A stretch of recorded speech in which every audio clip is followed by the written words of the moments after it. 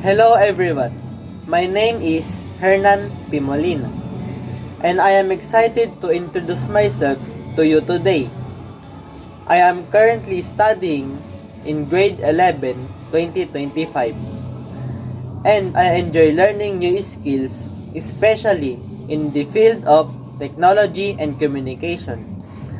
I would describe myself as curious, hardworking, and creative.